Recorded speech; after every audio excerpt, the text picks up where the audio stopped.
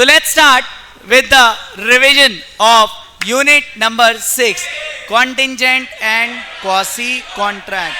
Sir contingent and quasi contract जो unit number 6 है, मतलब टेक्निकली अपने सिलेबस का ये 4th चैप्टर है, ठीक है. बट अगर आपको याद हो तो मैंने आपको इससे पहले 3 यूनिट्स का रिवीजन कराया है ना. 3 यूनिट्स का जो मैंने रिवीजन कराया है उसमें सबसे पहले बच्चों एक बार क्विकली सेक्शंस रिवाइज कर लेते हैं. सर हमने सबसे पहले बात चालू करी थी, अब बात शुरू हुई है तो चालू कर ही लेते हैं. हमने पढ़ लिया था 2 clause H contract, then 2 clause E, then हमने सेक्शन 10 क्या था, essential elements of valid contract में 6 बातें, करेक्ट है. अच्छा, फिर हम यहां से गए थे कहां पे, एक तो आया था अपना 2 क्लॉज D और आया था प्रॉमिस. प्रॉमिस के अंदर आई थी 2 बातें, ऑफर एंड एक्सेप्टेंस. ये था 2 क्लॉज A और ये 2 क्लॉज B. ये 2 क्लॉज D कंसिडरेशन था, याद आ रहा होगा आपको, ठीक है. पूछो क्या, इतनी बातें हमने पढ़ी थी. फिर दोस्तों हमने पढ़ा था एक सेक्शन नंबर 6, याद हो अगर आपको, रिवोकेशन ऑफ ऑफर, याद आ रहा है. फिर हमने पढ़ा था सेक्शन नंबर 10 के बाद सेक्शन नंबर 6 के बाद टाइप्स ऑफ कॉन्ट्रैक्ट में सेक्शन 9 एक्सप्रेस कॉन्ट्रैक्ट, याद आ रहा है. अच्छा, फिर हम गए थे section 3 mode of acceptance. Section 4 था हमारा communication of offer and acceptance. Section 5 था हमारा revocation of communication of offer and acceptance. पक्का. अच्छा दोस्तों, इसके बाद हमने चालू किया था यूनिट नंबर 2, उसमें सेक्शन 2 क्लॉज D और सेक्शन 25 पढ़ा था नो कंसिडरेशन नो कॉन्ट्रैक्ट, उसके एक्सेप्शन, याद आ रहा होगा, COC बैक टाइम. पक्का. फिर सर हमने पढ़ा था सेक्शन नंबर 11 जो बात करता था parties competent to contract. Section 12 unsound mind. Section 13 consent. Section 14 free consent. Section 15 coercion. Section 16 undue influence. Section 17 fraud. फिर section 18 misrepresentation. Section 19 and 19A effect of coercion, undue influence, fraud, misrepresentation. पक्का. That is voidable at the option of agreed party, ठीक है. अच्छा, इसके अलावा section 20 bilateral mistake, 21 mistake of law, 22 unilateral mistake, समझ में आया. 23 and 24 unlawful object and unlawful consideration. याद आ रहा होगा 6 बातें, F स्क्वायर DI स्क्वायर, याद आ रहा है, F square DI square. F में 2 थे, एक था फ्रॉडुलेंट है ना और एक था forbidden by law. D for defeat the provisions of law, I for injury और I for immoral, याद आ रहा है. फिर था agreements opposed to public policy, इतिश मामा मिया, याद आ रहा है. सेक्शन 23 एंड 24 खत्म. फिर 25 यूनिट 2 में हो गया. 26 शादी, agreement in restraint of marriage, याद आ रहा है. 2 एक्सेप्शन भी थे, 2 एक्सेप्शन याद आ रहे हैं. सर या तो माइनर है या फिर कोई रीजनेबल टाइम का गैप है. अच्छा सर, सेक्शन 26 के बाद 27 ट्रेड मतलब agreement in restraint of trade is void ab initio. बोले सर इसके 4 एक्सेप्शन, गोशी, G for goodwill, O for outgoing partner और C for combination, E for employer employee relationship. पक्का. इससे याद आया सर सेक्शन 28 क्या था, लीगल प्रोसीडिंग, और सेक्शन 29 एग्रीमेंट अनसर्टेन जिसकी मीनिंग है. अच्छा, लास्ट था क्या, 30 वेगरिंग एग्रीमेंट. तो यहां तक हमने पढ़ लिया था. अब हमारे सिलेबस का 4था चैप्टर है, that is unit number 6 of your ICI study material, जिसका नाम है कॉन्टिंजेंट एंड क्वासी कॉन्ट्रैक्ट. छोटा सा टॉपिक है, 6 नंबर तक का आ सकता है, इसकी औकात इतनी है. क्या इतनी बात समझ में आ रही है बच्चों तुमको?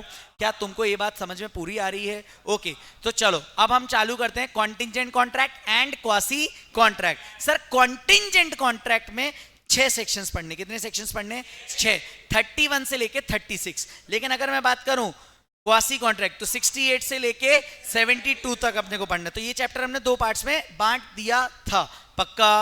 So section number 31, section number 31.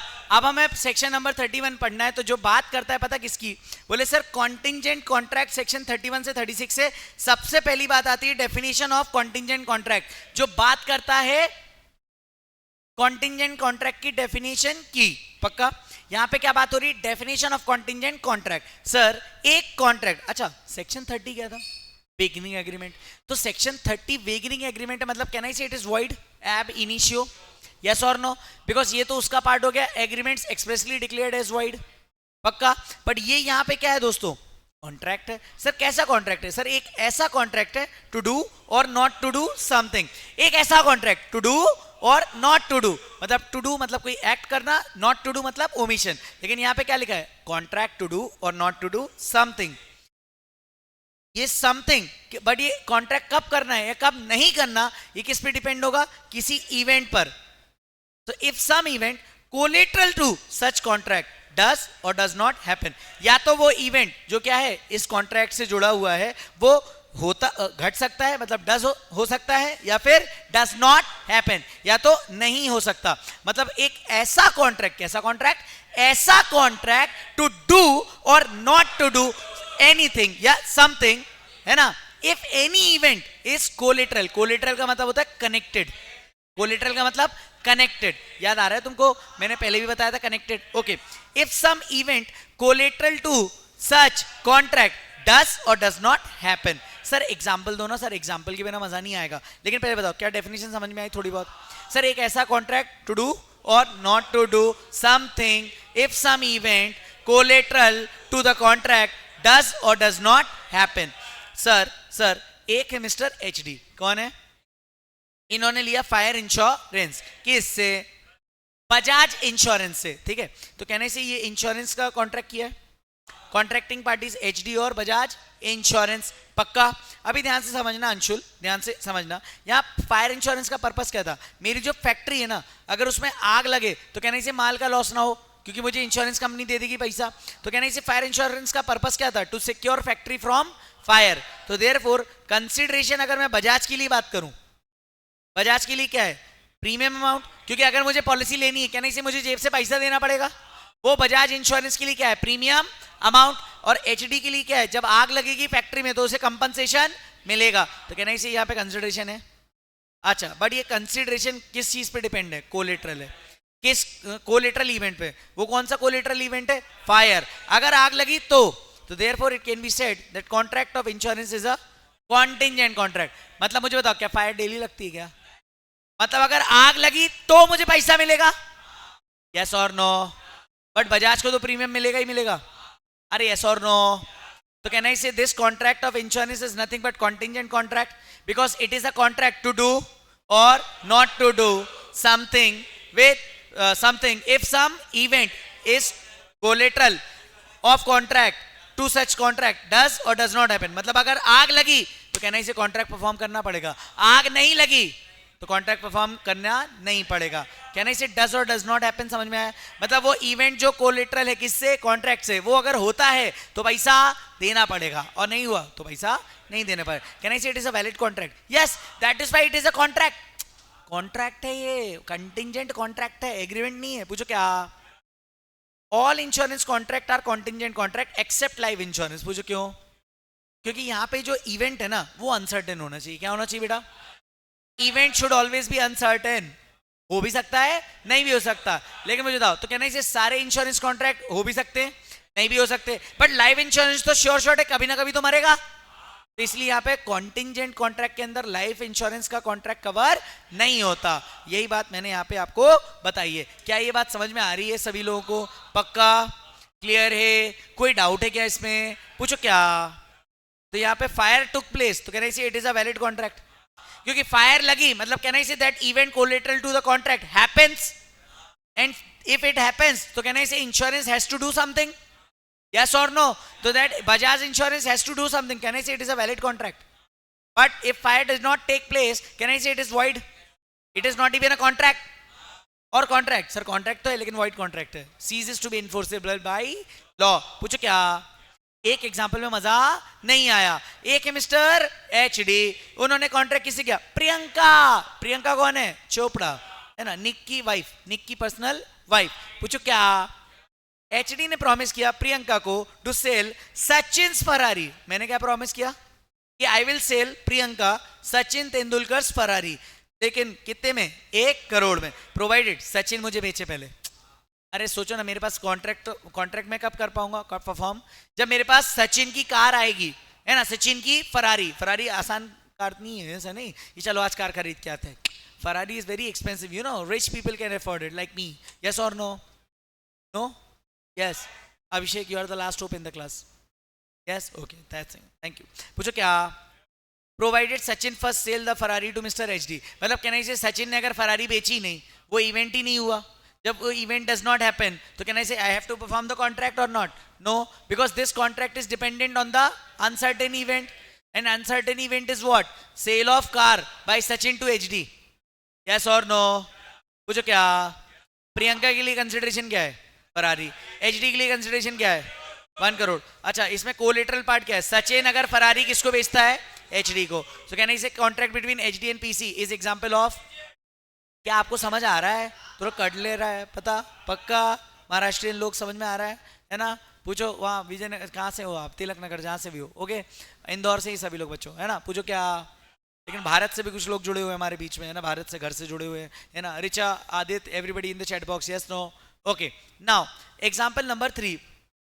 हमने तीन एग्जाम्पल करे थे, तीनों एग्जाम्पल देख लेते हैं। पहले 2 एग्जाम्पल हमने कॉन्टिंजेंट कॉन्ट्रैक्ट के देखे। कहना इसे डेफिनेशन में वही क्लियर थी, बात हुई थी कि ए कॉन्ट्रैक्ट टू डू और नॉट टू डू समथिंग, है ना, if some event collateral to such contract does और डज नॉट हैपन। पूछो क्या? एक और एग्जाम्पल, लास्ट एग्जाम्पल है, तुम्हारी रिक्वेस्ट है इसलिए मैं लास्ट एग्जाम्पल कर रहा हूँ, मुझे पता है तुम्हें आ गया है, लेकिन भारत के बच्चों के लिए भी। पूछो क्या? एक है मिस्टर, उन्होंने लोन किससे लिया? Lunch break bank. Lunch break bank याद आ रहा है? लंच ब्रेक बैंक, है ना? स्टेट बैंक ऑफ इंडिया, यहाँ लंच ब्रेक ही चलता रहता है, मतलब आप कुछ भी काम करो लंच ब्रेक पे ही चल रही। एसबीआई से कितना लिया एचडी ने लोन? कितना? 10 लाख का, है ना? लेकिन क्या एचडी को फ्री में लोन मिल जाएगा? एचडी के लिए गारंटी किसी ने दी? हाँ, कौन है? बडी। Can I say this is a contract of guarantee? क्यों? क्योंकि एसबीआई इज द क्रेडिटर, है ना, और ये एचडी कौन है? प्रिंसिपल डेटर, और यहाँ पे श्योरिटी कौन है? बडी, क्योंकि बडी ने एचडी के लिए गारंटी दी है कि इसको, एसबीआई को, कि अगर एचडी 10 लाख का लोन चुका नहीं पाता तो then I will repay it. कहना इसे यहाँ पे गारंटी दी है बडी ने, बडी इज द श्योरिटी, है ना? तो कहना इसी this contract is dependent on what? Dependent on what? अगर मैंने परफॉर्मेंस नहीं किया तो कहना इसे buddy should perform it. So this is a uncertain event, it may happen or may not happen, yes or no? So liability of buddy will arise when HD defaults, yes or no? So contract of guarantee between buddy and SBI is a contingent contract, पक्का? इसको detail में अपन देखेंगे कहाँ पे? Unit number 7 में। ये तो अभी क्या चल रहा था? Contract of guarantee. सो कहना इसे कोलेटरल इवेंट क्या है? HD defaulting in repayment of loan, पक्का? अच्छा, मेरे को एक बात और डिफरेंस समझना था, कोलेटरल और कंडीशनल दोनों सेम है या डिफरेंट है? सर दोनों डिफरेंट है। I will make you payment only when goods reaches to me, बताओ ये कंडीशनल है या कोलेटरल? कंडीशनल है, पक्का? तो कोलेटरल क्या होता है? कोलेटरल का मतलब होता है कनेक्टेड, कंडीशनल मतलब ये कंडीशन फुलफिल हुई तभी मैं कॉन्ट्रैक्ट परफॉर्म करूंगा। तो याद रखना, कभी भी कंफ्यूज मत होना, ये सिर्फ नॉलेज पॉइंट ऑफ व्यू से मैंने बताया था, आपको याद आ रहा है? ताकि आपकी अंडरस्टैंडिंग बेटर हो सके। देखो कंडीशनल है बिकॉज कोई कोलेटरल इवेंट नहीं है। पूछो क्या? I will teach you only when you make payment of fees. Can I say it is contingent और कंडीशनल? कंडीशनल। सो कहने से कंडीशनल में कंडीशन करना होता है, यस और नो? कंडीशनल कॉन्ट्रैक्ट में कंडीशंस को पूरा करना होता है, बट कॉन्टिंजेंट कॉन्ट्रैक्ट पार्टीज का मेन कॉन्ट्रैक्ट है और होता है वो जब डिपेंडेंट कोलेटरल इवेंट पर होता है। मतलब कहना इसे इवेंट हुआ तो उस इवेंट के होने की वजह से कॉन्ट्रैक्ट परफॉर्म करना पड़ जाएगा। याद करो पहला एग्जांपल, अगर फायर लगेगी तो ही सामने वाला पैसा देगा एचडी को, बजाज इंश्योरेंस। पहला डिपेंडेंट क्या था? आग लगने पे। दूसरा वाला, सचिन ने अगर कार मुझे बेची तो कहना इसे ये अनसर्टेन इवेंट है, ये अगर घटता है इवेंट हैपेंस तो कहना इसे then it is the contract between me and Priyanka to sell the car to Priyanka. Yes no my dear friends? अच्छा, इससे याद आया, पूछो क्या?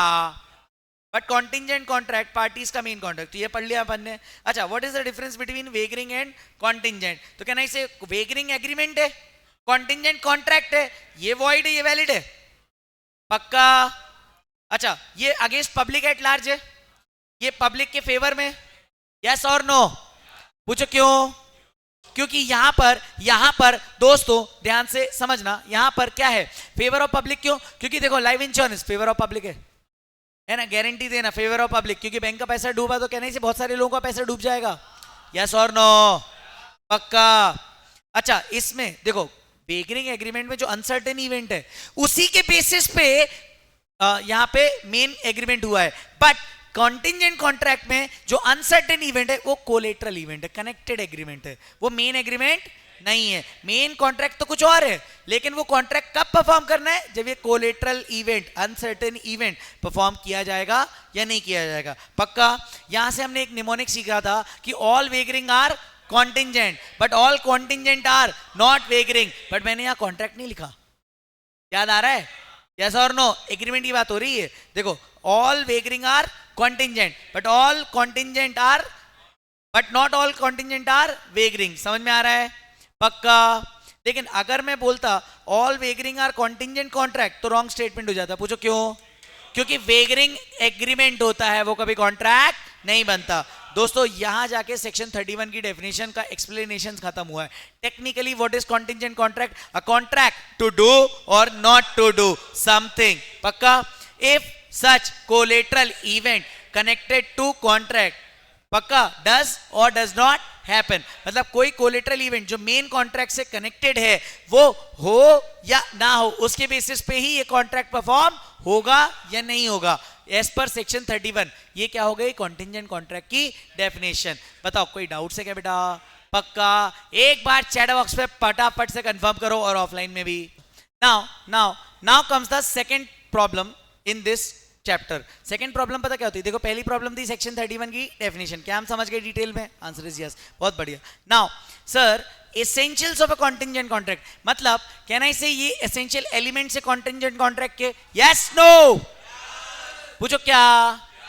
Sir, performance of contingent contract depends upon happening और non happening of some event. क्या हमने यही पढ़ा है डेफिनेशन में कि सर कोई इवेंट होगा या नहीं होगा, उसके होने ना होने के बेसिस पे ही कॉन्टिंजेंट कॉन्ट्रैक्ट को परफॉर्म करना पड़ेगा। So can I say performance of contingent contract depends upon happening, non happening of some event, and that event must be collateral. Event क्या होना चाहिए? कोलेटरल, मतलब कनेक्टेड होना चाहिए। कहना ऐसे दो हो गए, टोटल 4 हैं, ज्यादा नहीं है। पूछो क्या? बोलूं क्या?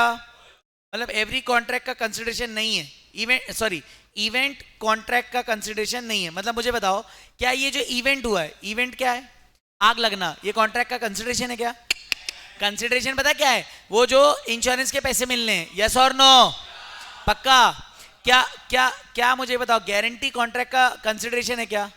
डिफॉल्ट करना कॉन्ट्रैक्ट का कंसिडरेशन है क्या? नहीं है ना? मुझे बताओ, डिफॉल्ट किया तो क्या कॉन्ट्रैक्ट का कंसिडरेशन है? नहीं। उस पर डिपेंड करेगा कि मुझे लोन पे करना है, मतलब डेटर को लोन पे करना है या श्योरिटी को। समझ में आ रहा है? कॉन्ट्रैक्ट तो परफॉर्म होगा और कंसिडरेशन क्या होगा? मेन थिंग है ना। ये तो सिर्फ कोलेटरल है, मतलब कनेक्टेड है। पूछो क्या? वो इवेंट मस्ट बी अनसर्टेन होना चाहिए। अगर सर्टेन है तो कॉन्टिंजेंट कॉन्ट्रैक्ट है ही नहीं। पता, मैं एग्जाम्पल दूं क्या? दो क्या? कल सुबह सनराइज होगा नहीं। बताओ, ये अनसर्टेन है सर्टेन है? Uncertain certain. ये बताओ, ये मतलब क्या इवेंट काउंट होगा क्या? ऐसा कभी होगा क्या? बता, क्या क्लियर है क्या? इवेंट मस्ट बी अनसर्टेन होना चाहिए। हो भी सकता है, नहीं भी हो सकता है, लेकिन अगर कोई चीज ये क्लियर है कि होगी ही नहीं तो वो क्या अनसर्टेन है? क्या ये चीज कंफर्म है कि होगी होगी, क्या वो अनसर्टेन है? अनसर्टेन का मतलब है हो भी सकता है, नहीं भी हो सकता है। कोई चीज नहीं होगी वो अनसर्टेन नहीं है, कोई चीज होगी होगी वो अनसर्टेन नहीं है। अनसर्टेन और सर्टेन में डिफरेंस समझ में आया? पक्का। बच्चा इसी में कंफ्यूजन रहता है, नेगेटिव सोचता है कि भला नहीं होगी मतलब अनसर्टेन है। ऐसा नहीं है। अनसर्टेन का मतलब हो भी सकता है, नहीं भी हो सकता है, लेकिन अगर हो ही सकता है सर्टेन, नहीं हो सकता सर्टेन। पक्का। क्या ये बात समझ में आ रही है बच्चों? वेरी गुड सर, बहुत बढ़िया। पूछो क्या? Uncertain event should not be at mere will of promisor. मुझे बताओ, क्या यहाँ पे अनसर्टेन इवेंट, प्रॉमिसर कौन होता है? सर, जिसने ऑफर दिया था और जब कॉन्ट्रैक्ट बन गया तो वो प्रॉमिसर बन गया। पक्का। मतलब कहना इसे offeror becomes the promiser. Clear है? अच्छा Heath, look at here, don't do such things. इधर लुक एट हियर। पूछो क्या? अनसर्टेन इवेंट किसकी मेयर बिल पर नहीं होना चाहिए? प्रॉमिसर। पूछो क्या? I said कि I will pay you ₹10,000 if I desire to। मतलब मेरी इच्छा पे डिपेंड करेगा क्या? नहीं, कभी भी नहीं होगा। It will not be done at my will। Yes or no? I am who? Promisor. Example समझ में आ रहा है? I will pay you 10,000 if I desire to. ये कॉन्टिंजेंट कॉन्ट्रैक्ट नहीं है। पूछो क्यों? ये तो मेरे ऊपर डिपेंड कर गया ना, अब मैं बाद में पीछे भी तो हट सकता हूं। याद रखना दोनों पार्टीज का कंसेंसस एडिडम होना चाहिए। पूछो क्या?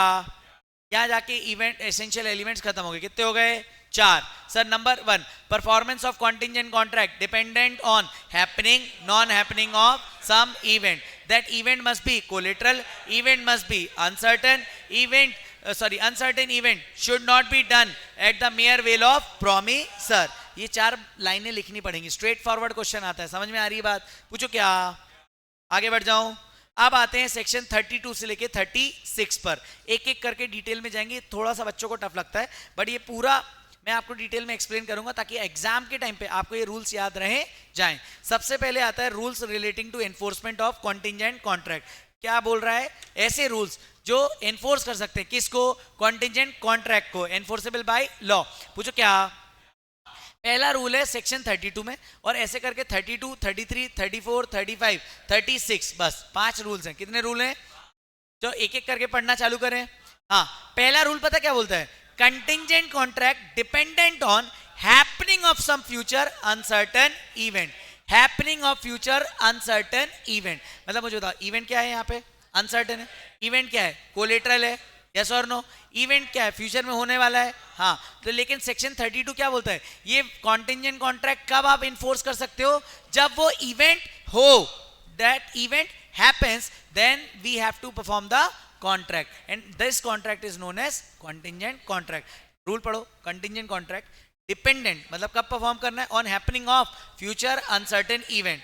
मतलब जो अनसर्टेन इवेंट है, जैसे फायर है, फायर लगेगी तो ही वो कॉन्ट्रैक्ट वैलिड एंड इनफोर्सेबल होगा। फायर नहीं लगी तो can I say it is void and unenforceable? Yes और नो? ये वही एग्जांपल था क्या? अच्छा देखो, वही एग्जांपल लिखा होगा। देखो एचडी, अच्छा यहाँ पे लिया है कार इंश्योरेंस, है ना? एक नया एग्जांपल बजाज इंश्योरेंस से। Uncertain event is what? Collateral. मतलब अगर कार का एक्सीडेंट हुआ तो कैन आई से बजाज इंश्योरेंस मुझे पैसे देगा। मतलब मुझे बताओ, यहां पर मेन एग्रीमेंट क्या है? Car insurance. मेन कॉन्ट्रैक्ट क्या है? Car insurance. लेकिन वो कार इंश्योरेंस कब क्लेम कर सकता हूं मैं? एनफोर्स कब कर सकता हूं? जब कार का एक्सीडेंट होगा। तो can I say accident of car is uncertain event. It may happen, may not happen. If it happens, it's a valid contract. If it does not happen, void and unenforceable contract. क्या यही था बच्चा? पक्का? इससे याद आया, पूछो क्या? Section number 33। ये जस्ट सेक्शन 32 का अपोजिट है। देखो 31 क्या था? Definition of contingent contract. पक्का? 32 क्या था? Rules related. 32 चालू हो जाता है rule relating to enforcement of contingent contract. 32 बोलता है contingent contract dependent on happening of some future uncertain event. वहां बोलता है कुछ होने का। यहां 32 के बाद आता है 33, ये बोलता है non happening of some future event. समझ में आ रहा है? मतलब यहां पर अगर जो वो इवेंट है वो नहीं हुआ और ऐसा कोई कॉन्ट्रैक्ट किया है किसी इवेंट के ना होने पे डिपेंडेंट है जो, तो उसको हम बोलते हैं वैलिड कॉन्ट्रैक्ट। यहाँ पे सर एग्जांपल दो, समझ में आ जाएगा। ठीक है, तो देखो contingent contract dependent on non happening of future uncertain event. अगर अनसर्टेन इवेंट नहीं हुआ तो कॉन्ट्रैक्ट वैलिड है, एनफोर्सेबल है, क्योंकि ये रूल रिलेटिंग टू एनफोर्समेंट है। और अगर डज नॉट हैपन तो वैलिड की वॉइड, वॉइड एंड अनएनफोर्सेबल। पूछो क्या? एचडी प्रिंसिपल डेटर था, एसबीआई क्रेडिटर था, बडी क्या था? श्योरिटी। मुझे बताओ, बडी और एसबीआई के बीच के जो कॉन्ट्रैक्ट है वो कॉन्टिंजेंट कॉन्ट्रैक्ट है या नहीं? हाँ है। कब होगा वो? कब बडी को परफॉर्म करना पड़ेगा? कब ये कॉन्ट्रैक्ट इन दोनों के बीच में वैलिड हो जाएगा? जब एचडी डिफॉल्ट करेगा। तो कहना इसे non happening of future uncertain event, मतलब एचडी ने पैसा नहीं दिया तब जाके बडी इज लाइबल। और कहना इसे ये कॉन्ट्रैक्ट बडी और मतलब श्योरिटी और क्रेडिटर का क्या हो जाएगा? वैलिड हो जाएगा। यस और no? Uncertain event, mister HD making repayment of loan. अगर इट डज नॉट हैपन, मतलब कहना इसे मैंने पेमेंट नहीं किया, now contract of guarantee between buddy and SBI is valid and enforceable by law. पक्का? बट अगर मैंने ही पेमेंट कर दिया तो कहना इसे buddy is liable, that contract is void and unenforceable because SBI can not claim the amount. Why? Because debtor has paid the amount. Yes, no? ये तुमको इतने क्लैरिटी से इस चीज समझ में आ रही है? अच्छा, तो अभी तक हमारे कितने सेक्शन हो गए? 3 सेक्शन हो गए। पक्का? इसमें कोई डाउट है क्या बच्चा? हो तो पूछ लो ना। ओके, नाउ चार्टर्स, यहां पर यहां पर एक और एग्जांपल मैंने लिया था मिस्टर हीथ का। मिस्टर हीथ हमारे बहुत ही खासम खास स्टूडेंट हैं, है ना, आ जाते हैं कभी भी मुंह उठा के क्लास में। तो हीथ ने मैरीन इंश्योरेंस लिया था, rich people you know. Marine insurance बेटा समझते हो, शिप, जहाज जो पानी में चलता है, समझ में आ रहा है बेटा। तो किससे लिया? बजाज इंश्योरेंस, है ना। कोई बजाज, मिस्टर बजाज से नहीं, बजाज इंश्योरेंस, है ना बेटा, बजाज, पक्का। अच्छा, अगर ship reaching to Indian port, अगर शिप वापस आ गया इंडियन पोर्ट पर, ये क्या है? Uncertain event. और इसी चीज का मैरीन इंश्योरेंस लिया जाता है, मतलब शिप वापस आ जाए। देखो, शिप बाहर से आता है, विदेश से आता है, यस और नो। तो हो सकता है कोई लूट ले, है ना, और पायरेट्स, यस करेक्ट। और मान लो डूब जाए, यस और नो, है ना। तो ऐसे केस में, कैसे केस में?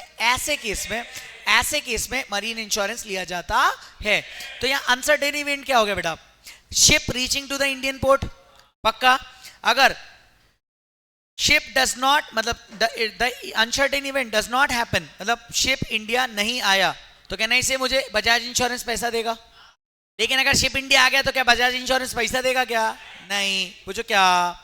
तो कॉन्ट्रैक्ट वॉइड एंड अनएनफोर्सेबल हो जाएगा। अगर तुमको मैं बताऊं ना, बहुत कॉन्फिडेंस है, अभी तक अगर तुमने ध्यान से लेक्चर देखा होगा या सुना होगा, एज द केस में भी, तो मैं एक बात की गारंटी देता हूं, आप कॉन्ट्रैक्ट पढ़ते से उसका अनसर्टेन इवेंट तुरंत मीजर कर पा रहे होगे, यस और नो। क्योंकि अगर वो हुआ या नहीं हुआ, उसी के बेसिस पे कॉन्ट्रैक्ट वैलिड या वॉइड होगा, यस और नो। 32 क्या बोलता है? कॉन्टिंजेंट इवेंट, कॉन्टिंजेंट कॉन्ट्रैक्ट कब होगा? Happening of future uncertain. 33 क्या बोलता है? Non happening of future uncertain event. 33 बोलता है, 33 पता क्या बोलता है? सॉरी 33 नहीं, 35। इसके बाद आते हैं हम कहां? 35। अभी तक हो गया 31, 32, 33। अब आ रहे हैं हम 35 पे, और उसके बाद जाएंगे 36 पे, और फिर आएंगे 34 पे, क्योंकि 34 अलग ही लाइन में चलता है, वो अलग ही लेवल का सेक्शन था, समझ रहे हो? वो अलग ही, दत्तू यू अंडरस्टूड, वो अलग ही लेवल का था, ईद की तरह। पूछो क्या? बोलूं क्या? पक्का? क्या चल रहा है बेटा? ये रहे सब बढ़िया, सफेद कपड़ा, गुड, ओके। पूछो क्या, है ना। अच्छा सुनो ना, मेरी बात सुनो ना, मुझे ये सेक्शन 35 बताना है, बट 35 में आपको अभी तक बता नहीं सकता था। पूछो क्यों? क्योंकि मैंने आपको 32, 33 नहीं बताया था, लेकिन अब मैंने आपको 32 और 33 बता दिया। अब 35 बहुत आसान है, पता क्यों? बस एक ही चीज एडिशनल है इसमें। देखो 32 आपको याद करो क्या बोलता था? Contingent contract dependent on happening of future uncertain event. यहां पे 35 बोलता है विद इन फिक्स टाइम। एक फिक्स टाइम आपने डिसाइड कर दिया, अगर उस टाइम पे कुछ काम हो गया जो अनसर्टेन इवेंट वाला है, तो कॉन्टिंजेंट कॉन्ट्रैक्ट वैलिड है, पक्का। मतलब इसकी समरी अगर आप ध्यान से देखो, section 32 plus fix time, yes no, पक्का। अच्छा, या और लिखा है यहां पे, और मतलब या तो हैपनिंग या non happening of future uncertain event within fix time, section 35, मतलब 33 प्लस फिक्स टाइम। ये पूरी बात कौन बोलता है? 35। क्या ये बात समझ में आ रही है? मतलब कोई भी फ्यूचर अनसर्टेन इवेंट अगर होता है with in fix time, valid. कोई भी फ्यूचर अनसर्टेन इवेंट नहीं होता है with in fix time, valid. Yes और नो? यस और नो? बट वो डिपेंड करेगा उसके होने या ना होने पे। मैंने ऐसा कॉन्ट्रैक्ट किया था, मरीन इंश्योरेंस लिया था अपने जहाज के लिए, कि अगर वो 1 साल के अंदर आ गया, अगर वो 1 साल के अंदर आ गया तो कोई दिक्कत ही नहीं है। लेकिन अगर नहीं आया तो कहना इसे इंश्योरेंस कंपनी पैसे देगी, यस और नो? मेरा लॉस कंपनसेट करेगी। तो मुझे एक बात बताओ यश पाटीदार, आप बताओ कि जब पोर्ट पे 1 साल के अंदर अंदर जहाज नहीं आया, तो कहना इसे that event does not happen within fix time, yes और नो? तो कहना इसे contract is valid as per section 35, because यहां टाइम गिवन था। करेक्ट है, पक्का।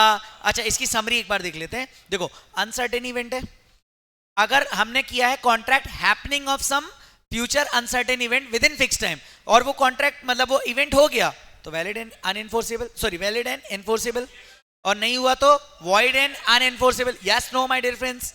सर अनसर्टेन इवेंट है, अनसर्टेन इवेंट है किस चीज के लिए? Non happening of future uncertain event within fix time, तो कहना इसे valid and अनएनफोर्स, sorry valid and enforceable, है ना। ऐसा पता नहीं किसी ने नजर लगा दी मेरे पे, है ना, कोई मुझे शिद्दत से चाह रहा है ऐसे करते करते कि ये रिवीजन पूरा ना हो, है ना। टपली दे इसको बेटा, देवसेना, है ना, देवसेना बेटा प्लीज।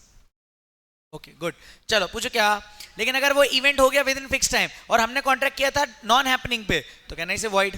मतलब हमें चेक करना पड़ेगा कॉन्ट्रैक्ट हैपनिंग पे है या नॉन हैपनिंग पे। अच्छा, प्लस ये भी चेक करना पड़ेगा जो फ्यूचर अनसर्टेन इवेंट है कि नहीं।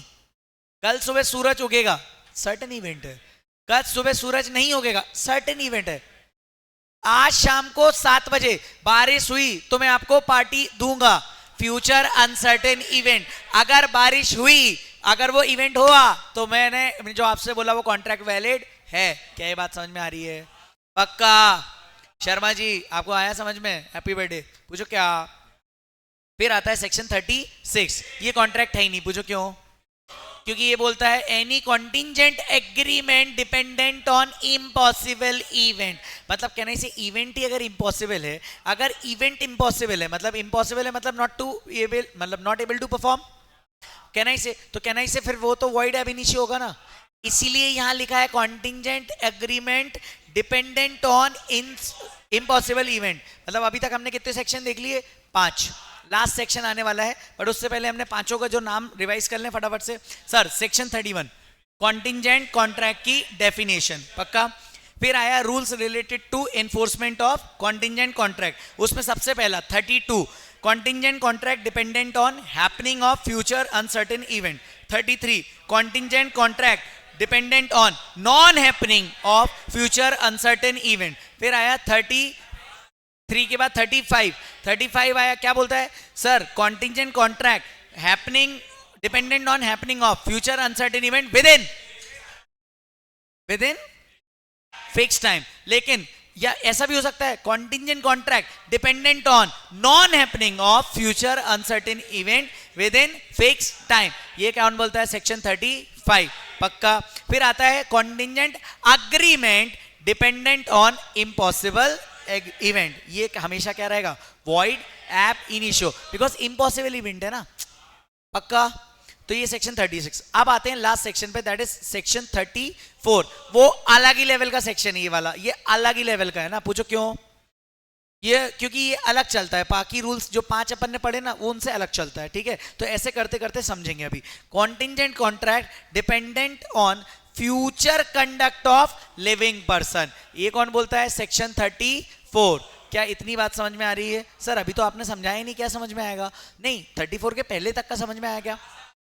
ओके सर, समझा सर, बिल्कुल सर, थैंक यू सर। आगे बढ़ते हैं sir. Contingent contract dependent on future conduct of person, future conduct of living कौन सा पर्सन? आर्टिफिशियल चलेगा क्या?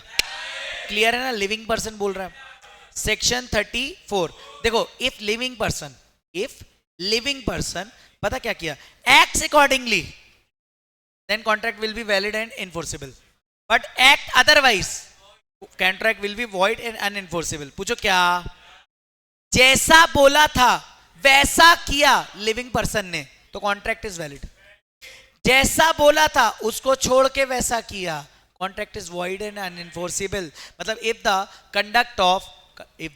Conduct of living person is done, sorry, if the living person acts accordingly in a contingent contract which is dependent on future conduct, मतलब कहना इसे conduct आज करना है फ्यूचर में।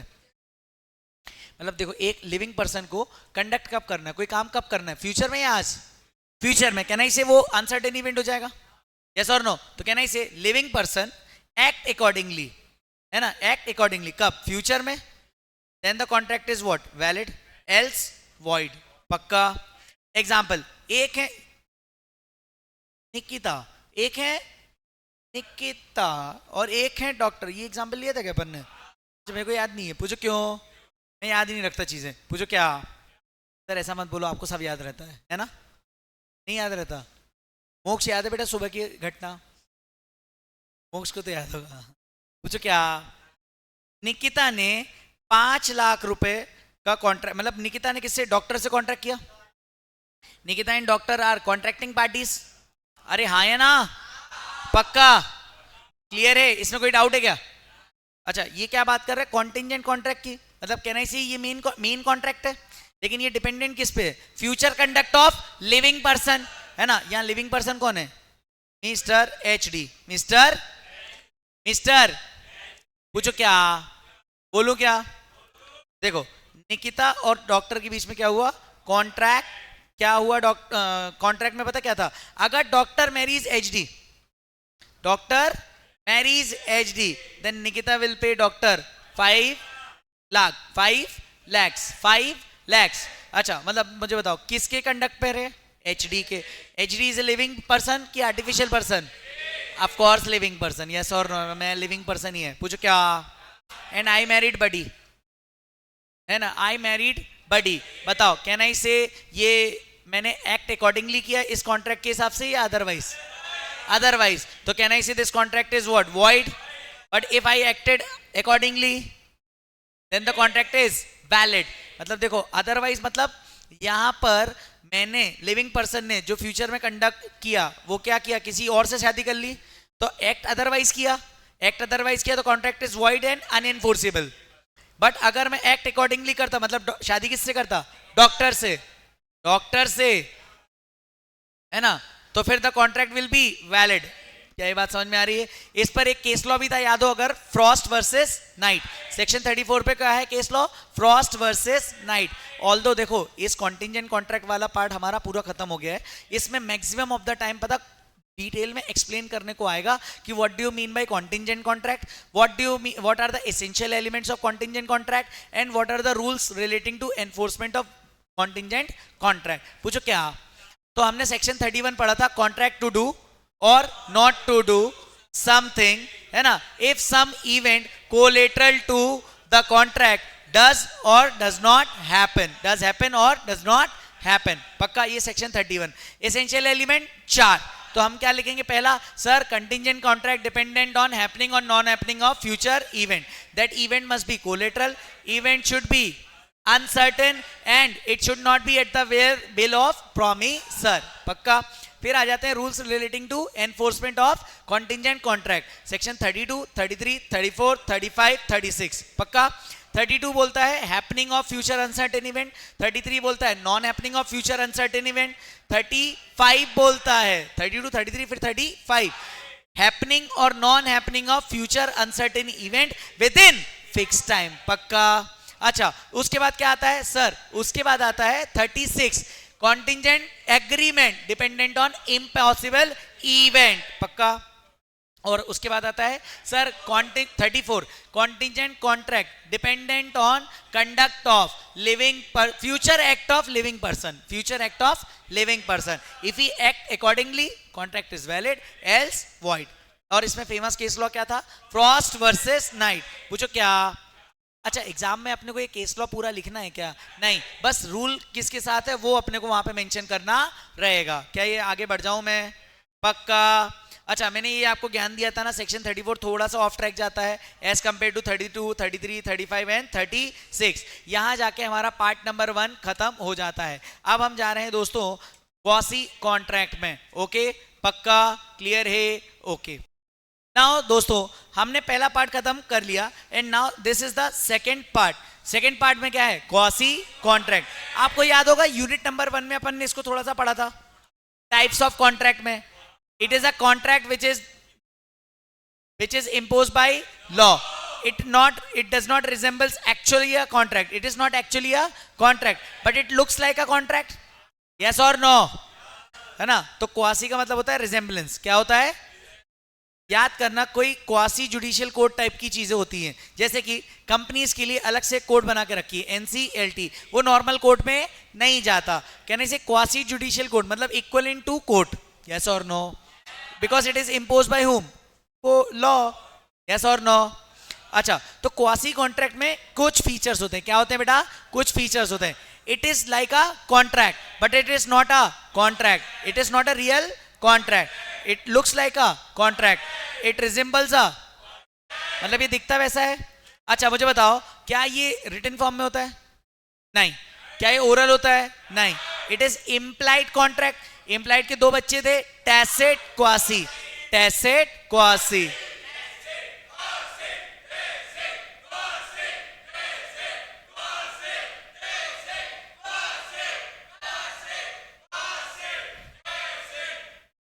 योरसेल्फ। पूछो क्या? इम्प्लाइड के दो बच्चे थे, टैसेट और क्वासी। पूछो क्या? Quasi contract is like a contract but not an actual contract. It resembles a contract. It is a type of implied contract. पूछो क्या? Imposed by law.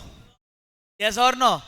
ये बहुत नई चीज बताई यहाँ, लेकिन अब यहाँ पे एक सबसे इंपॉर्टेंट चीज आई थी, याद आ रहा है? It is based on the principle of prevention of unjust enrichment of one person at the cost of another. Prevention of unjust enrichment of one person at the cost of another. याद आ रहा है? मेरा purse गिर गया था, हीत को विजयनगर में मिला था पर्स, मैं विजयनगर पे घूम रहा था, मेरा वॉलेट गिर गया है ना, और उस वॉलेट में बहुत सारी चीजें थी जिसमें मेरा नंबर भी था, और हीत एक भला इंसान, हीत एक क्या था? भला इंसान. उसने क्या किया? तो अपना क्या था भाई? पर्स जो गिर गया था, पर्स जो गिर गया था, याद है? तो वो भाई साहब ने क्या किया? मेरे पर्स से जो डॉक्यूमेंट निकले उस पर नंबर डायल किया और कॉल किया और मेरा पर्स देने आ गए. अब मेरे तक आते आते मेरे तक कोई खर्चा लगा है, अगर उनका कोई खर्चा क्या लगा है ना, हीत का, तो कहना इसे हीत can reimburse it from me, he can guarantee it from me कि भाई सर आपको तो देना पड़ेगा. अगर मैंने मना कर दिया तो बताओ क्या वो मुझे मिलेगा? मतलब मुझे मेरा राइट है क्या कि मैं ना दूं? नहीं, मुझे देना पड़ेगा. आई एम लाइबल टू पे. यस और नो? पक्का? क्लियर है? पक्का? अच्छा, एक बात समझना दैट कि प्रिवेंशन ऑफ अनजस्ट, अनजस्ट का मतलब होता है अनफेयर, एनरिचमेंट का मतलब benefits of one person at the cost of other. यहां खर्चा किसने किया था मेरा पर्स लौटाने के लिए? हीत ने. कहना इसे बेनिफिट किसको मिला? मेरे को. तो कहना इसे मैं अनफेयर एडवांटेज ले सकता हूं क्या? नहीं. तो इट इज नॉट अलाउड. ये कौन बोलता है? लॉ. और कौन सा लॉ? क्वासी कॉन्ट्रैक्ट के फॉर्म में. ये इसी प्रिंसिपल पर बना है. क्वासी कॉन्ट्रैक्ट किसके प्रिंसिपल पे बना है? इसी प्रिंसिपल पे. कौन सा प्रिंसिपल है sir? Prevention of unjust enrichment of one person at the expense of या at the cost of another. मतलब एक के नुकसान पे दूसरे का अनफेयर फायदा नहीं होना चाहिए. पूछो क्या? No person should grow rich out of other persons loss. हीत के खर्चे पे मैं रिच बन सकता हूं क्या? नहीं. पक्का? क्या ये बात समझ में आ रही है? तो कितने हो गए? 6. इसके बाद आता है 7वां. All essential elements of valid contracts are not necessary. मैंने पहले ही बोला था ना, इट इज नॉट ला रियल कॉन्ट्रैक्ट. यस और no? But it looks like a contract because it is imposed by law. अच्छा, it creates a rights in personam. Personam समझते हो ना? पार्टिकुलर पर्सन के अगेंस्ट. मतलब कहने से Heath has a right against me. Yes और नो? पूछो क्या? अच्छा, यहां पे सिर्फ मनी ही रिकवर होगी कंसिडरेशन के फॉर्म में. It usually relates to right to recover money only. क्या नॉन मॉनेटरी चीज आ सकती है? No, only money. पक्का? Sometimes social relation may give rise to certain legal obligation which has to be performed. कोई बता सकता है क्या कहना चाहता है यहाँ पे? कभी यहाँ पे ये लास्ट वाला पॉइंट है. लास्ट वाले के पहले अपन ने कितने पढ़े? 9 में पहला वाला quasi contract is like a contract. It resembles but it is not like a contract but it looks like a contract. It resembles a contract. Type of implied contract imposed by law based on the principle. कौन सा? Prevention of unjust enrichment of one person at the cost of another person. अच्छा, no one can grow rich, no person should grow rich at the another person's loss. अच्छा, उसके बाद क्या था उसमें? अगर आपको याद हो तो all essential elements of valid contract not necessary, creates rights in personam. अच्छा, usually relates to money in relates to right against money only, right to recover money only, against नहीं, right to recover money only. मतलब यहाँ पैसे के form में ही अपन ले सकते हैं. अच्छा, लास्ट में क्या आ रहा है sir? sometimes social relation may give rise to legal obligation which has to be performed. Sir देखो, हीत को मैं जानता था क्या? नहीं. क्या वो अपनी स्वेच्छा से आया था? क्या हीत से मैंने कोई कॉन्ट्रैक्ट किया था क्या? वो अपनी नैतिक जिम्मेदारी के कारण आया था? पक्का? Still it is a legal obligation because of imposed by law. Yes, no? एक बार फटाफट से पढ़ो इसको, फटाफट से इसको पढ़ो, आगे बढ़ते हैं फिर. दोस्तों, तो ये पढ़ लिया आपने? पक्का? कितने पॉइंट्स थे? 10. 10वां वाला वापस से बता देता हूं. Sometime social relation may give rise to legal obligation. मुझे बताओ, क्या हीत को मैंने आगे रखकर ऑफर दिया? कहना इसे हमारी सोशल ऑब्लिगेशन ही थी, सामाजिक ड्यूटी कि अगर किसी के साथ गलत हो रहा है तो भाई बचा लो उसको. कहने से उससे भी लीगल रिलेशन तो आ ही जाता है ना, पक्का। तो ये कौन से कॉन्ट्रैक्ट में आता है? क्वासी। कौन से कॉन्ट्रैक्ट में आता है? पूछो क्या। अब इससे रिलेटेड कितने सेक्शंस पढ़ने अपने को? 5। 68, 69, 70, 71, 72। अच्छा, 68 बात करता है, बहुत ही छोटा सा सेक्शन है, अपना ने यूनिट 3 में भी करा हुआ है। दैट इज कि भाई supply for necessaries to person who is incompetent to contract. मतलब क्या करना है? सप्लाई की किसको? Necessary, necessary of life, necessary of life किसी पर्सन को, जो पर्सन कॉम्पिटेंट टू कॉन्ट्रैक्ट है या incompetent to? Minor, technically minor. अच्छा सर, नेसेसिटी के बारे में अगर मैं बात करूं ना, तो नेसेसरी का मतलब होता है 5 बातें। कितनी बातें याद आ रहा है? Food, clothing, education, shelter, shelter मतलब रहना, और जिस एक चीज जिस पे आप बिल्कुल ध्यान नहीं देते, हेल्थ। पक्का याद आ रहा है आपको? तो 5 चीजें जीवन की नेसेसिटी होती है ना। तो कहना इसे क्या है? Food, clothing, education, shelter, health. पक्का। अगर इन 5 में से किसी भी चीज के लिए एक मेजर पर्सन ने माइनर को कुछ सप्लाई किया, तो then he can make liable minors personal assets for the payment, not personally minor. Minors को पर्सनली लाइबल नहीं ठहरा सकते, बिकॉज वो तो वॉइड है, लेकिन माइनर की प्रॉपर्टी है। ठीक है, अब मान लो याद हो अगर आपको, एक अपन ने वंश, अरे वंश का एग्जांपल लिया था। हाय देखो, वंश भाई क्या है? माइनर। ठीक है, मैं कौन हूं? मेजर। वंश की प्रॉपर्टी कितनी? 10 कलोल। कितनी है? 10 कलोल। याद आ रहा है? 10 कलोल है ना। एचडी से वंश ने एजुकेशन लोन लिया, कितना? 10 लाख। बताओ, क्या ये लोन, क्या ये जो लोन लिया है किसने? माइनर ने। क्या मैं माइनर से वसूल सकता हूं? हाँ। पर्सनली वसूल सकता हूं? नहीं। क्या उसकी प्रॉपर्टी से रिकवर कर सकता हूं? हाँ, उसकी प्रॉपर्टी से ले रहा हूं, उससे पर्सनली नहीं ले रहा हूं। क्यों? क्योंकि नेसेसिटी के लिए दिया है। नहीं तो फिर तो मुझे प्रूफ कर देना पड़ेगा ना भाई, मुझे तो यही बताया ना। करेक्ट है कि नहीं? यस और नो? आपने पर्पस मुझे साइन किया होगा, है ना सर, बट माइनर से कोई भी एग्रीमेंट किया तो void ab initio. I know, but if you have supplied for necessity of life, और 5 चीजें ही होती है नेसेसिटी ऑफ लाइफ। होम मतलब शेल्टर जिसको बोलते हैं, food, clothing, education, health. Yes और नो? पक्का। अच्छा, तो मिस्टर एचडी और माइनर के बीच में, मतलब वंश के बीच में क्या हो गया? Quasi contract, and therefore mister HD is entitled to claim repayment of 10 lakh from Vansh even if Vansh is incompetent to contract, because in this case there is a quasi contract between HD and Vansh. अच्छा, Vansh will not be personally liable, his estate will be liable. Sir loan लिया था 10 लाख का, assets ही 3 लाख की है, तो 3 लाख ही मिलेंगे। समझ में आए? बाकी बैड डेट्स समझ में आ रहा है? नहीं आ रहा है? अच्छा, याद है? अरे वाह, मिस्टर मोक्षी, मिक्सर मोस्टली क्या? मोस्टली नहीं, मोक्षी इज अ माइनर। कितने साल के? और उनके पेरेंट्स कहाँ चले गए? ये तो याद होगा तुमको, ये तो तुम उसी दिन आए थे, है ना। मोक्षी के parents died in the accident. He has one sister named as Princess. पक्का।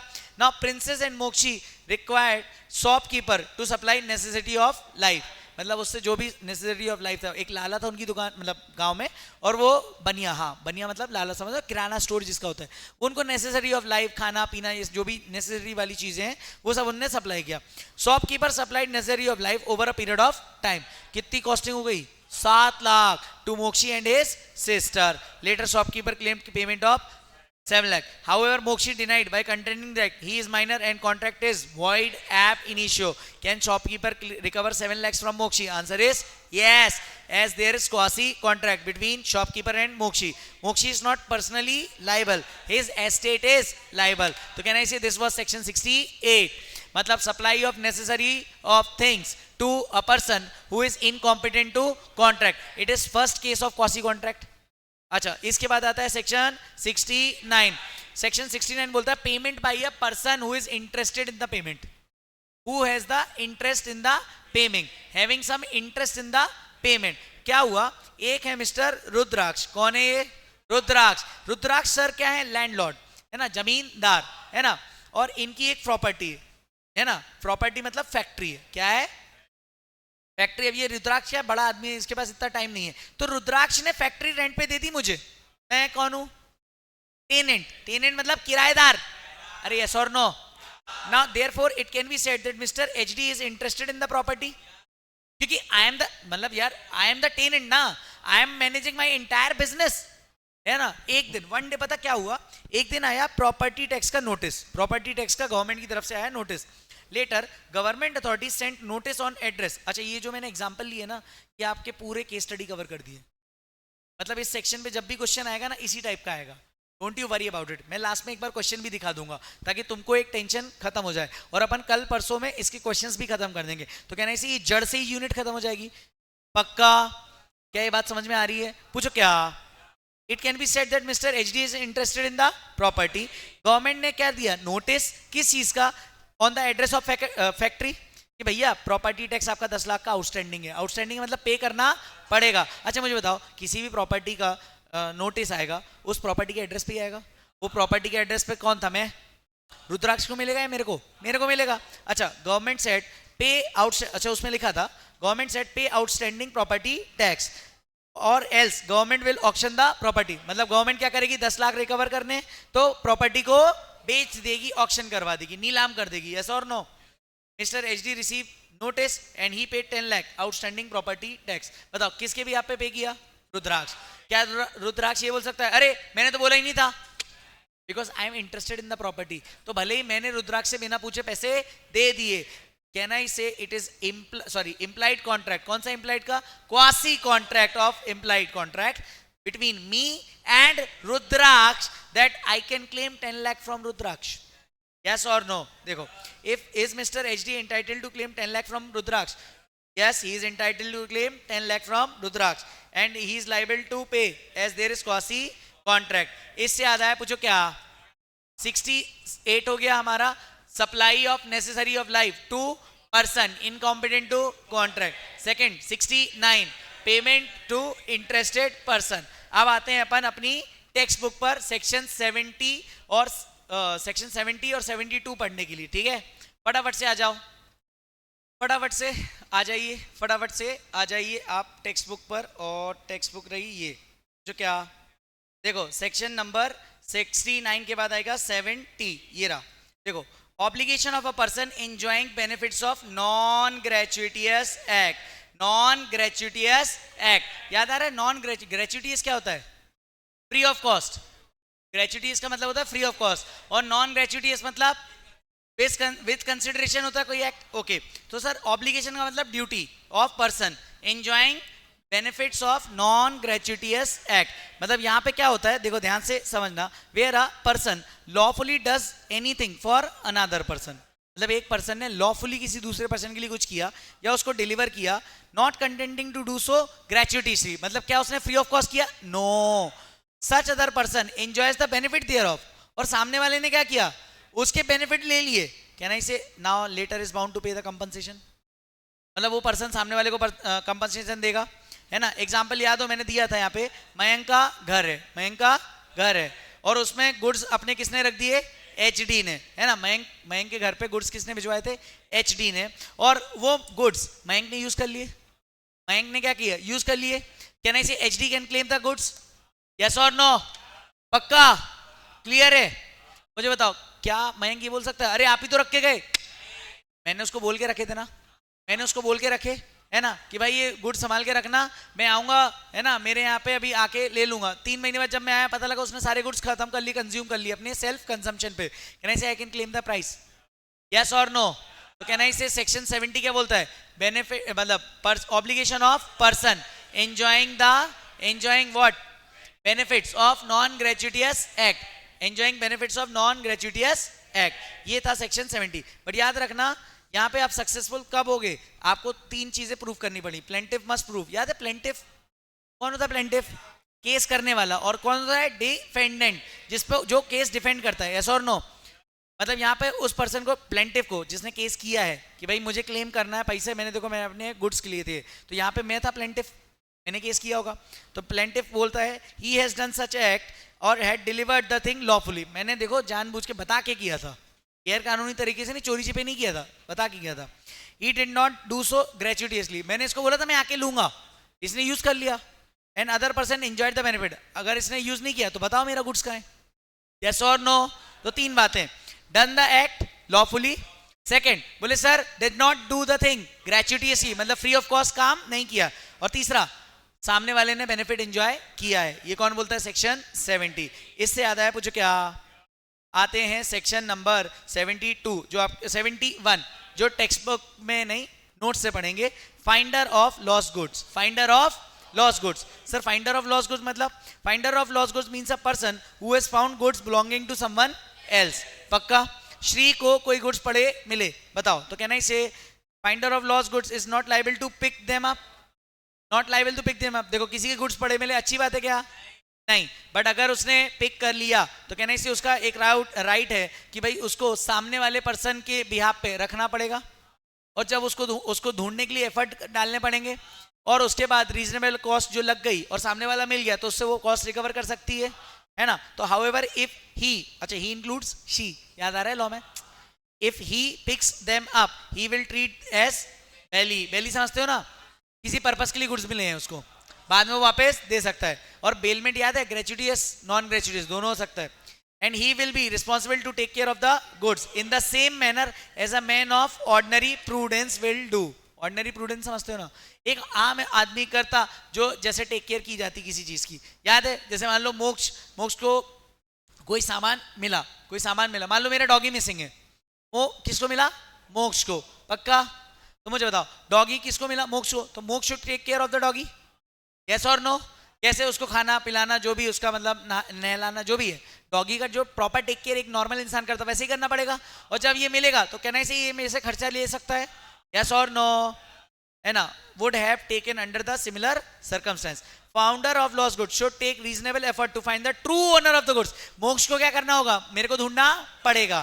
Finder of lost good will be liable if there is any loss और डैमेज टू द गुड्स। कहना से ये बात समझ में आ रही है? अगर गुड्स डैमेज हुए तो कहने से मोक्ष इज लायबल, यस और नो? तो कितनी बातें इसमें? 4।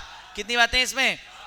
वापस से बोलें एक बार। Sir finder of lost goods means a person who has found some goods which is not belonging to him, which is belonging to someone else. Acha, he is not liable to pick up the goods, but if he picks up the goods then he should take care of the goods as a man of ordinary prudence have done. Ordinary prudence have done. Pakka? Acha, in the same manner also he should take reasonable efforts to find the true owner, and if any loss or cost done to the goods then he is liable. कौन liable होगा? Finder of lost goods. अच्छा याद है example मैंने दिया था, मेरी ring DMart employ उसको मिली, उसने इन्फॉर्म किया कि सर मेरे को आपकी रिंग मिली है, ring was lost by DMart employ. मैं पहुंचा नेक्स्ट डे, उसने बोला रिंग मिली, मतलब मिली तो थी, मैंने यहाँ काउंटर पे रखी, गायब हो गई, है ना? तो कहना से I can claim the compensation from him, yes और नो? पक्का? अच्छा तो कहना से हमने यहाँ पे कितने सेक्शन पढ़े थे सर? सबसे पहले सेक्शन 68 पढ़ा था, supply of necessaries of life to a person who is incompetent to contract. कहना से ये पहला कौसी कॉन्ट्रैक्ट था। पक्का? पढ़ा था लेकिन इजी था, है ना? फिर पढ़ा section 69 payment by interested person, payment by interested person, याद आ रहा है? क्लियर है? अच्छा इससे याद आया, पूछो क्या? बोलूं क्या? 70 obligation of person enjoying non gratuitous, है ना? enjoying benefits of non gratuitous act, याद आ रहा है?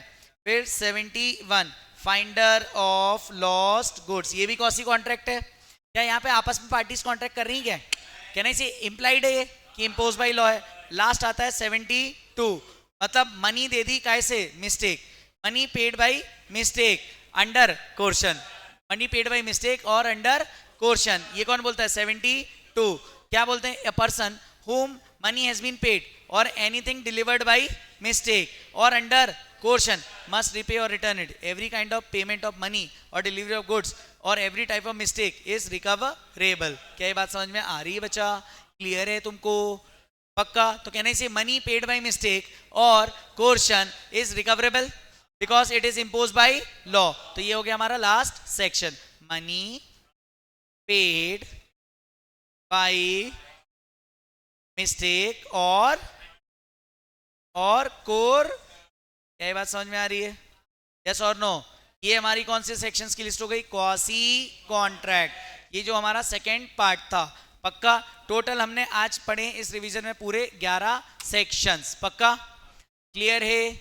इसमें कोई डाउट है क्या आपको? नहीं. पूछो क्या? एक चीज, एक बस छोटी सी चीज दिखा दूं आपको. जो मैंने आपको सेक्शंस दिखाए थे, है ना, और जो अपन राइटिंग प्रैक्टिस जहां से कर रहे हैं, उसमें अपन यूनिट नंबर 6 देख तो लें क्या है ना. एक बार देख लेते हैं ना थोड़ा बहुत कि क्या कहना चाहता है, कवि का आशय क्या है. ये बात समझ में आ रही है बच्चा? अच्छा पूछो क्या? बोल दूं? चलो ये देखो, unit number 6 contingent and special contract. ठीक है, पूछो क्या? देखो, कॉन्टिंजेंट कॉन्ट्रैक्ट क्या होता है? एक्सप्लेन द रूल्स और how does it differ from wagering agreement. तो याद रखना, एक बार ये मैं आपको बता देता हूं कि यहाँ पर वेगरिंग कॉन्ट्रैक्ट और कॉन्टिंजेंट कॉन्ट्रैक्ट का क्या है डिफरेंस. वेगरिंग कॉन्ट्रैक्ट नहीं होता बेटा, एग्रीमेंट होता है. क्या होता है बेटा? याद आ रहा है तुमको? Because it is void as per section 30. देखो, तो ये आप एक बार पढ़ सकते हो.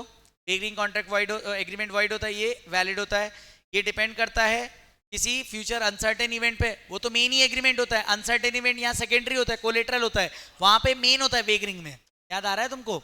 अच्छा पूछो क्या? और दिखाऊं मैं?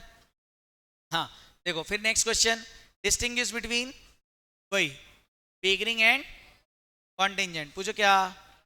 अच्छा अगला बोलूं. देखो, ये माइनर है, एक्स एक माइनर है, एमकॉम पढ़ रहा है कॉलेज में.